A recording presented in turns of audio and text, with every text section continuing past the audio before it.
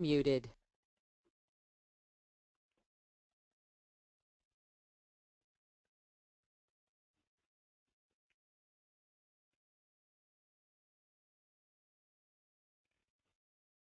Thank you. Get a lot of folks that have raised their hands, so I'm trusting that the audio is going out. I'm going to lower your hands. If you can see the screen that shows EPP reporting and accountability, and that's hopefully all you can see, please raise your hand as well.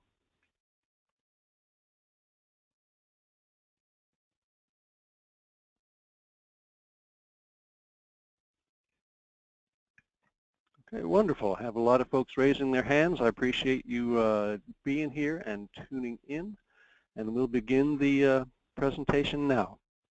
Welcome to the second of 2 trainings that TEA has produced to acquaint EPP staff with the many new rule changes that have become effective over the last year.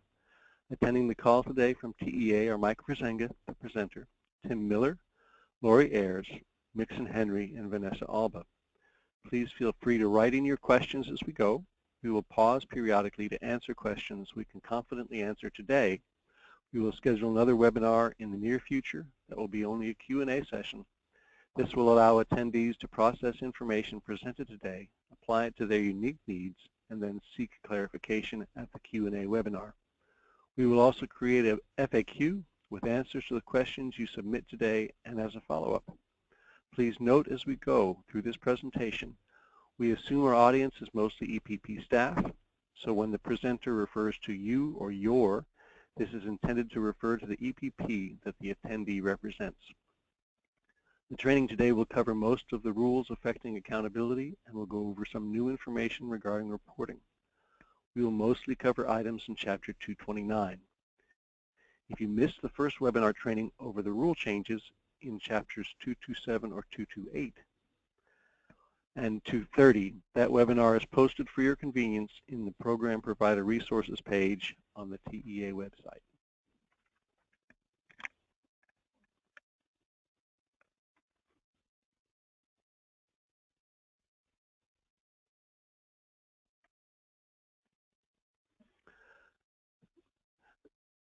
About this training, there are many changes to Texas Administrative Code governing educator preparation and certification.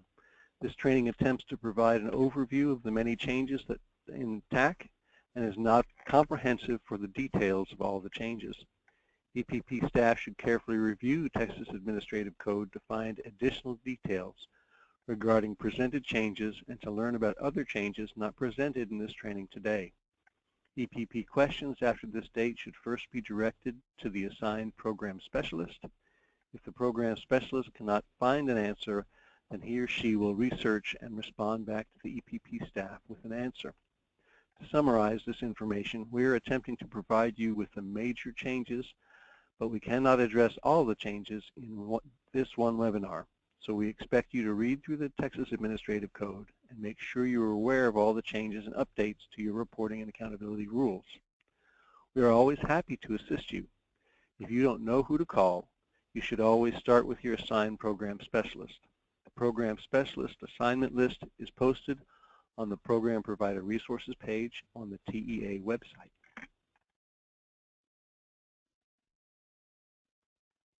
The 5 staff members listed under Tim's name report directly to him. We have varying responsibilities within the role of supporting the EPPs.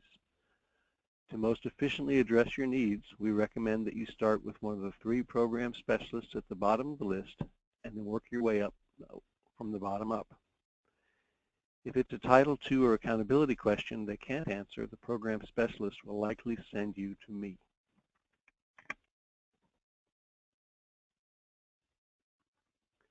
To give you a picture of the broad changes that have occurred in Texas Administrative Code this year, these are chapters that have had changes or updates. EPP staff members should bookmark these rules. If you don't already know how to access them, just go to the TEA website and on the drop-down menu created by the About TEA button, select SBAC Rules TAC under the Laws and Rules column. Then select Texas Administrative Code currently in effect. We'll begin by going over some of the rule changes in EPP Accountability. These are found in Texas Administrative Code, Chapter 229. EPP Accountability, 19 Texas Administrative Code 2291B. The purpose of the accountability system for educator preparation is to assure that each EPP is held accountable for the readiness of for certification of candidates completing the programs.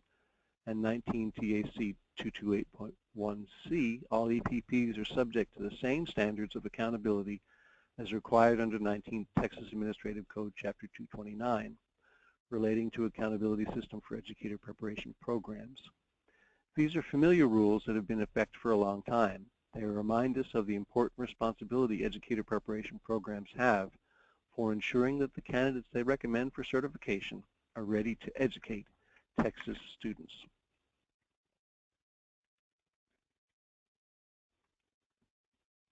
Let's start with a review of some definitions that will be important to keep in mind as we work to understand the new rules. The first definition is that of completer. The way we define a program completer has not changed.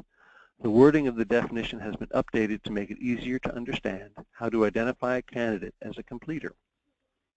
A completer, that is a finisher, is a person who has met all EPP requirements. The criteria not used to determine a completer status is passing a certification exam or being recommended for a standard certificate. For example, often programs will identify a candidate as a completer only after he or she has passed certification exams. It is clear in this definition that a passed exam has no bearing on candidate completer status.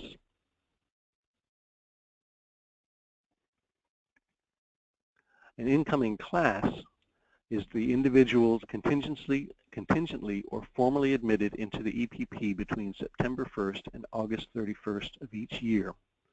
A new teacher, for purposes of Texas Education Code 21045A5, and its implementation in this chapter, is a teacher in the first year of employment as a classroom teacher under a standard certificate.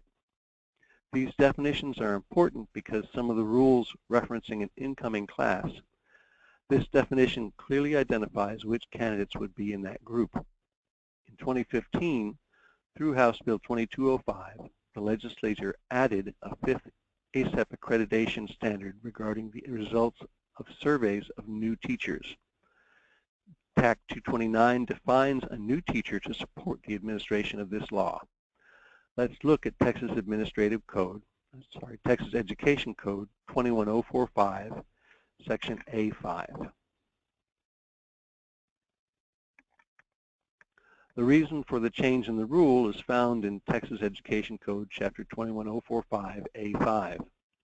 The board shall propose rules necessary to establish standards to govern the continuing accountability of all educator preparation programs based on the following information that is disaggregated with respect to race, sex, and ethnicity. Number 5, the results of a teacher satisfaction survey developed by the board with stakeholder input of new teachers performed at the end of the teacher's first year of teaching. You can see that because of this requirement in Texas Education Code, the new teacher status needed some clear definition.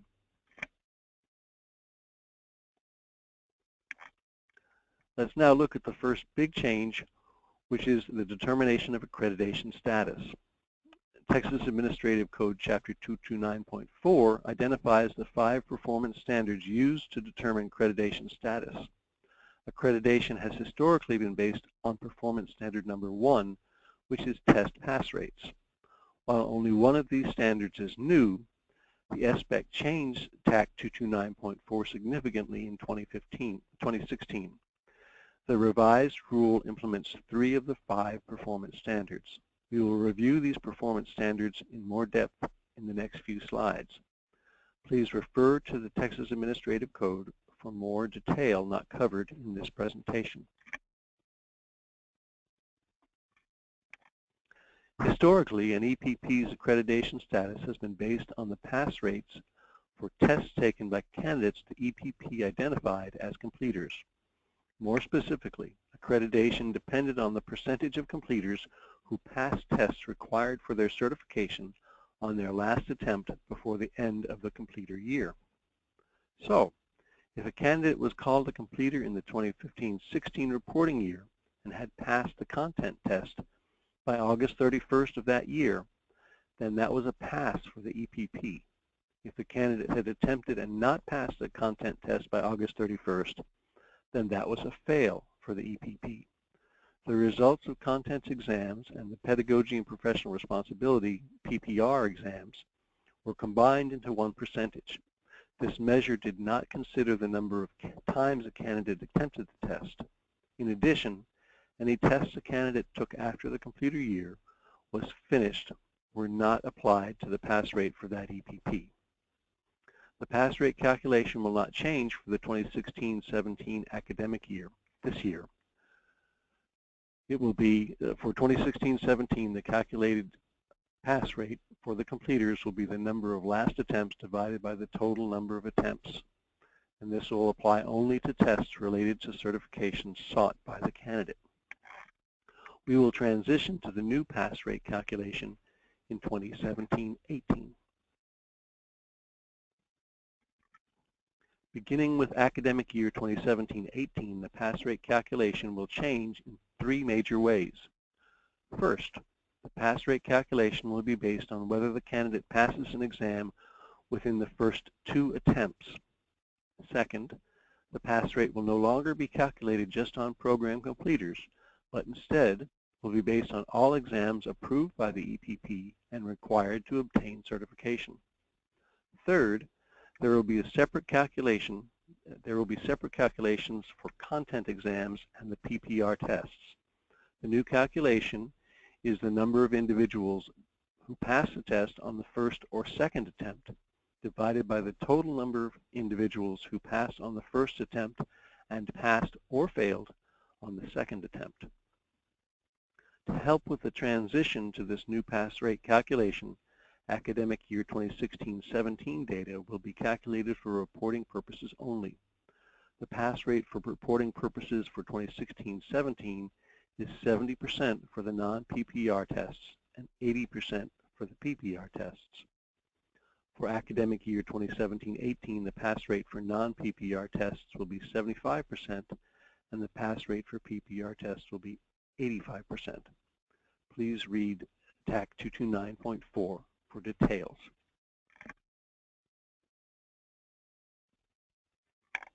For reporting purposes for academic year 2016-17, TEA will consider all tests taken from September 1st, 2015 to August 31st, 2017 that are related to the candidate certification field and were approved by the EPP.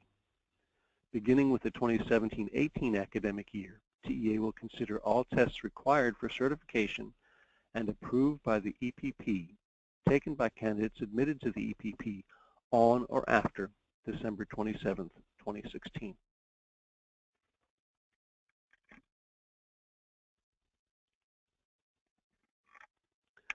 Beginning in the 2017-18 year, the results of the surveys the agency requires of principals regarding their first-year teachers will be used for accountability.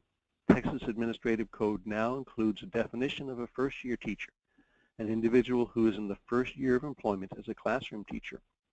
The agency will use the principal's average assessment of first-year teachers to determine the percentage of first-year teachers from each EPP who were sufficiently prepared or better. TAC 229 sets a 70% standard for reporting purposes only for 2016-17. Said more plainly, at least 70% of the first-year teachers from any program should be sufficiently prepared for the classroom. The standard rises by 5% each year from 2017-18 to 2020-21 when it caps at 90%.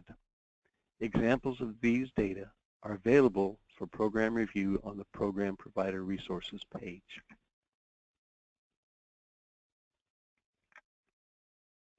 Although the agency has pursued varied measures of student achievement to be used for EPP accountability, TEA leadership has determined that these measures are not practicable for the intended purposes at this time.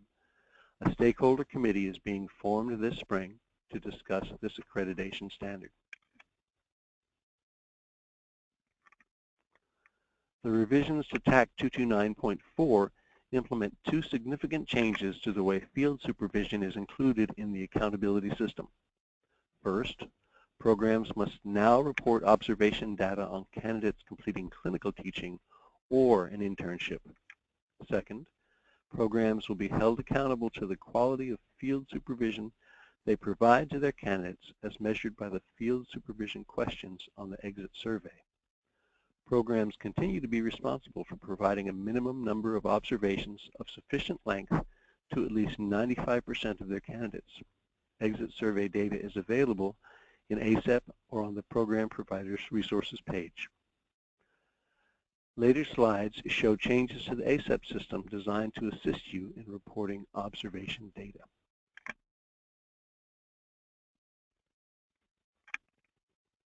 The Texas Education Agency is working with the Texas Comprehensive Center to develop the Teacher Satisfaction Survey. The Teacher Satisfaction Survey will be administered at the end of the first year of teaching under Standard Certificate. The percentage of teachers who respond that they were sufficiently prepared or well prepared by their EPP is a standard we'll be considering, and the pilot survey is being developed. The Teacher Satisfaction Survey will not be included in measures of accreditation status for the 2016-17 academic year.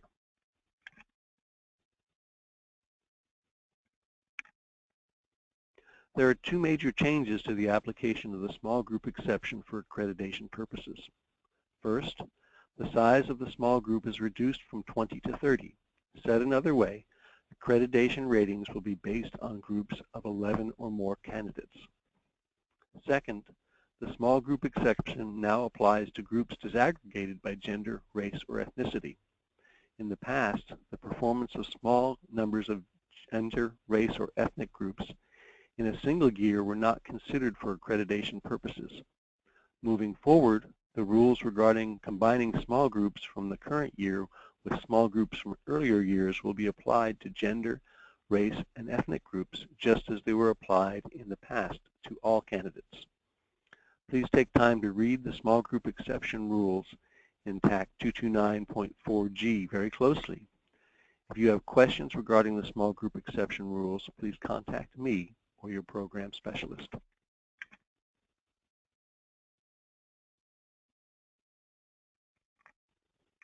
Candidate performance in a certification class or category will only be measured in the aggregate. It will not be disaggregated by gender, race, or ethnicity. Program approval to offer certification class or category shall be revoked if an EPP fails to meet performance standards for 3 consecutive years, beginning with 2016-17. The small group exception rules apply to aggregate group performance on standards for certification classes or categories.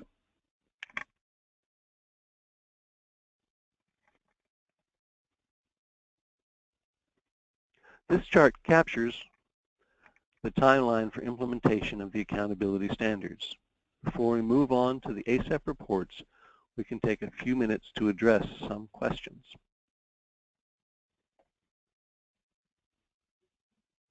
If you have a question, please use the question window to record it now.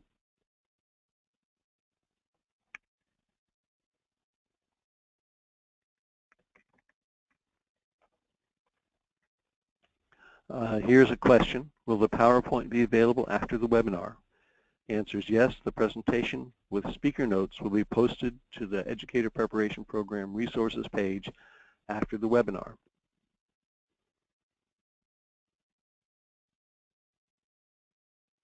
Another question is here.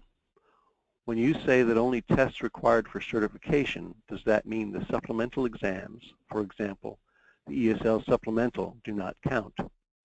If the supplemental exams are required for the initial standard certificate that the EPP is recommending, the results of the supplemental exams will be included in the pass rate.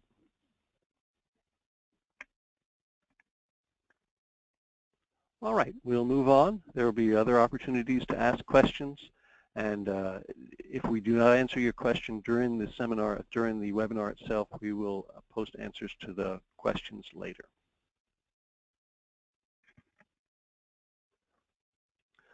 The next 3 slides represent 3 pages of the 2014-15 ASEP annual report.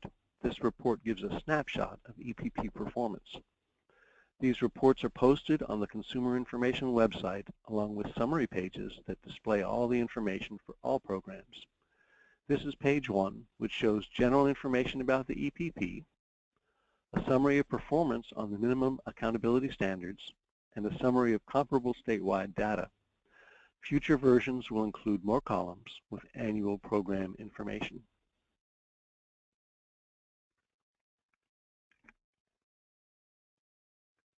This is page 2, which shows annual performance report information, including application, admission, retention, completion, certification, employment, and persistence data.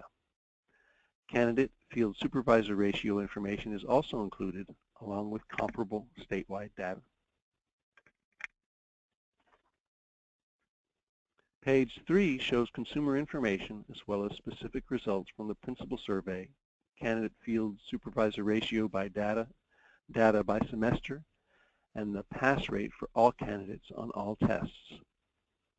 Before we move on to reporting, we can take a moment or two to answer some questions.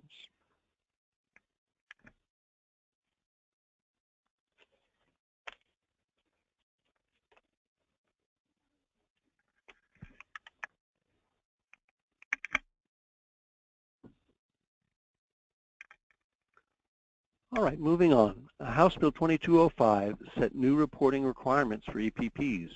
In order to meet those requirements and to ensure efficient and accurate reporting, the agency has amended its reporting procedures.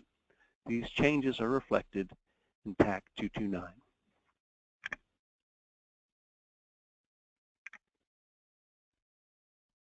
Figure 19, Texas Administrative Code 229.3 F1 provides a quick reference overview of the data that we are required to collect from EPPs. We collect much of this data through ASEP and the GPA Spreadsheet. TEA periodically modifies ASEP and the GPA Spreadsheet to meet changing data collection requirements and/or to improve accuracy and efficiency. Notice that pages 1, 2, and 3 of the ASEP report that we just covered mirror sections A, B, and C of the figure, and that these reflect different sections in Texas Education Code, Chapter 21.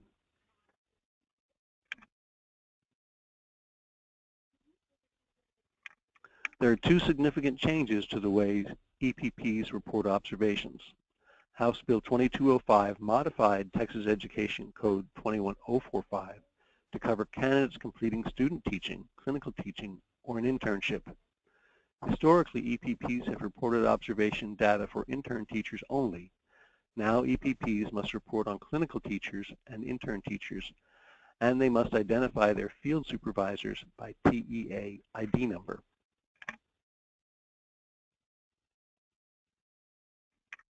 House Bill 2205 also modified Texas Education Code 21045 to require EPPs to report the ratio of field supervisors to candidates by year and semester. These are new kinds of data that we must collect more accurately than we have in the past.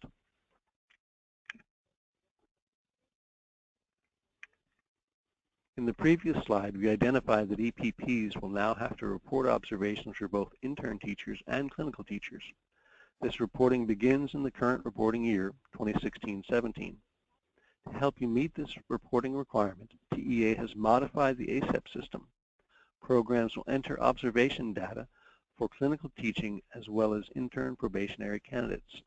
They must also identify field supervisors by TEA ID so we can accurately calculate the ratio of candidates to supervisors. The following slides will orient you to the new functions, but will not explain them completely. These slides contain screenshots from ASEP that you may reference as you update this system, this data in your system.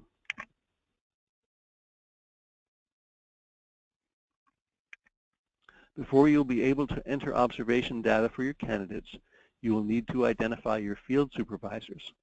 The screenshot On the screenshot on the slide reflects the drop-down menu in ASEP. From this menu, select the new option, Field Supervisors.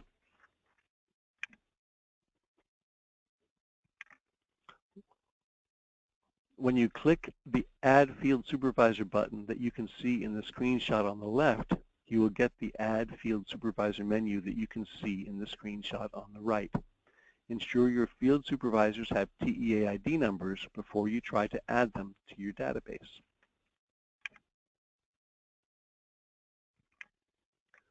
When you add the field supervisor's TEA ID number, the name populates automatically. You will then need to add the state where the field supervisor is certified. Click Save. Caution: if you upload field supervisors in bulk, you may overwrite the name information in error. Use caution. This orientation will not cover uploading field supervisors in bulk.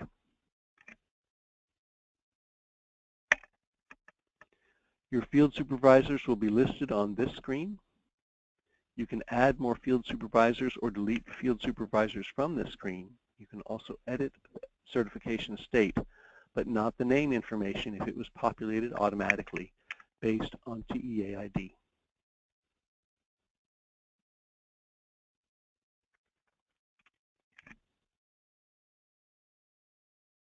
As before, you can add observation records individually or in bulk.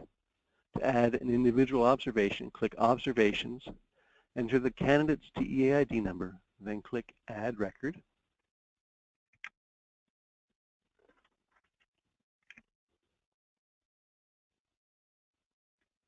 This function is similar to the way it was before. The difference is that now you will select the supervisor TEA ID from the drop-down.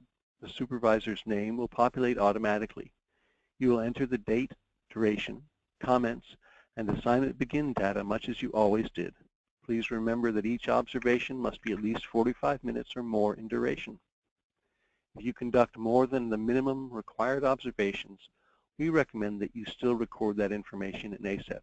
The extra observations will not impact your accreditation status. However, if the observations are conducted by different field supervisors, it will reduce your candidate to supervisor ratio.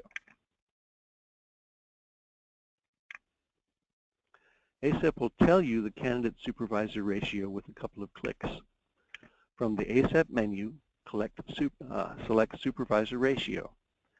Then select the year. Then click View School Year. ASEP will take a moment to load the data, then display first semester, second semester, and academic year data.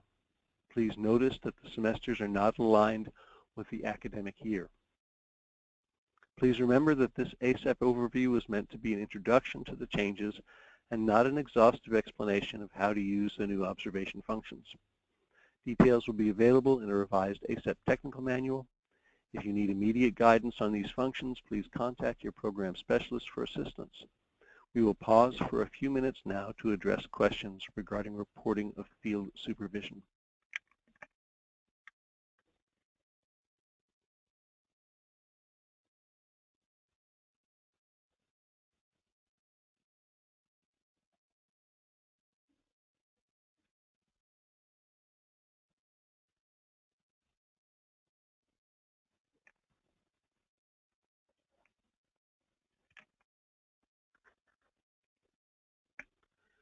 Here's a question.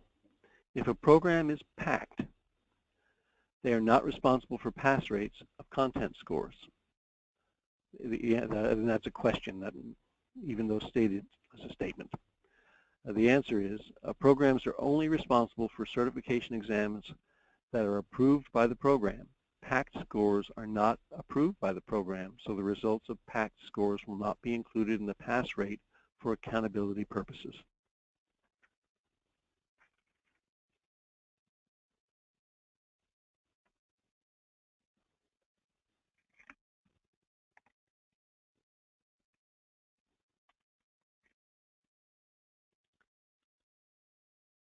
All right, we'll move on.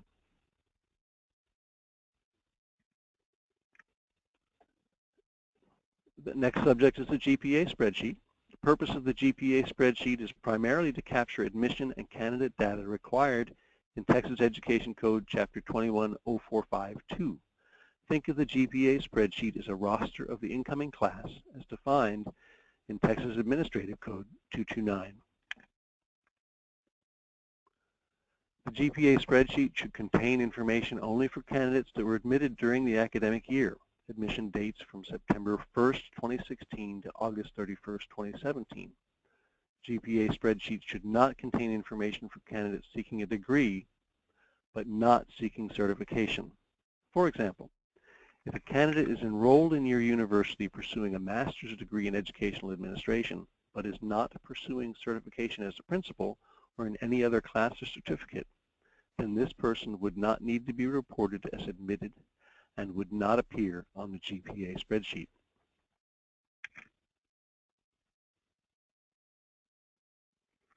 TEA has streamlined the GPA spreadsheet for 2016-17. This streamlined version and the related data dictionary are posted in the Program Provider Resources page on the TEA website. Please review it carefully. It is a tool to help you to monitor admissions as well as a reporting mechanism. We encourage you to add candidates to your GPA spreadsheet as soon as you admit them. Please note 3 major changes to the GPA spreadsheet. Column C requires the date of admittance. This should be the same date you entered for the candidate in the test approval function in ASEP. Columns H and I ask for subject area GPA and subject area hours. You no longer have to break out the candidate's record by individual subjects. Column J asks for the basic skills determination. There should be something in this column for every candidate. Record E for candidates who are TSI exempt for whatever reason. Record M for candidates who met basic skills requirements through testing.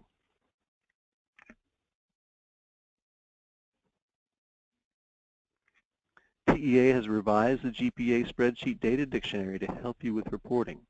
In addition to formats and explanations for the individual spreadsheet cells, there are 3 features I would like to highlight.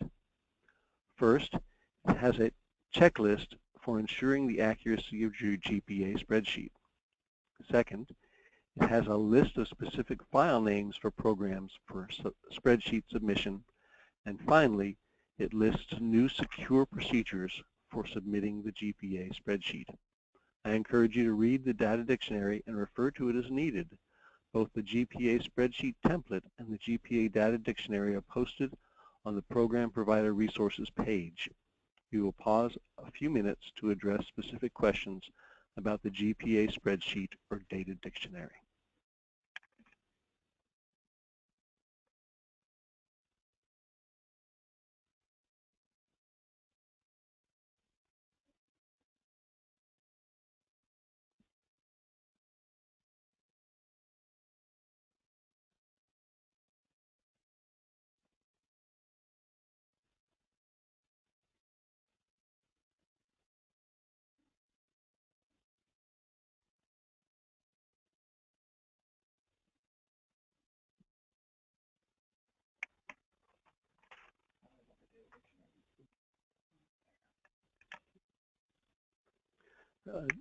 We have a question regarding the field supervisor ratio. The question is there a recommended ratio for field supervisors?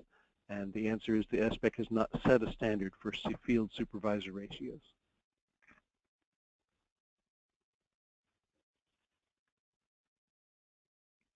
At this time, we will answer questions that were